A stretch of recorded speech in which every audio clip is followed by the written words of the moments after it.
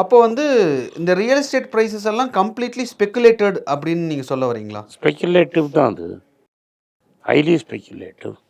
இந்தியாவோட டெவலப்மெண்ட்டை அஃபெக்ட் பண்ணுற அளவுக்கு ஸ்பெக்குலேஷன்.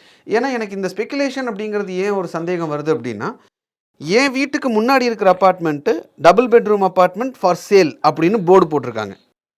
உன் பில்டிங்கே உனக்கு ஏற்றாப்புல எதிர்த்த வீடு என் வீட்டுக்கு அப்படியே எதிர்த்த வீடு. எவ்வளோ நாளாக இருக்குது? எனக்கு தெரிஞ்ச ஒரு 3 மாசமா இருக்கு. வாங்குறதுக்கு ஆள் இல்லை. ஏன் இல்லை? வரல. இப்போ நான் ஸ்டாக்கு விற்கணும்னா எவ்வளோ நாளில் விற்பேன்? இதோ இப்படின்னு விற்றா 2 நாளில் பணம் அக்கௌண்ட்டுக்கு வந்து. பாண்டு விற்கணும்னா அதை நீங்களே சொல்லிவிடுங்க சார். நான் என்ன விற்று பார்த்ததில்ல. விற்றேன்னா இன்னைக்கு விற்றா நாளைக்கு காசு. ஓகே, நீ இன்வெஸ்ட்மெண்ட்னா அதுதானே. ஆனால் அது கரெக்டான இடத்துல அந்த பாண்டு வாங்கியிருந்தா. ஆமாம். ஓகே, நீ கவர்மெண்ட் பாண்டு வாங்கி தான் எங்கே வேணால் வைக்கணும். ஓகே, ரிசர்வ் பேங்க் பாண்டு வச்சுருந்தேன்னா it is state government bond, central government direct bond வச்சுருந்தேன், எங்கே வேணால் விற்கணும்.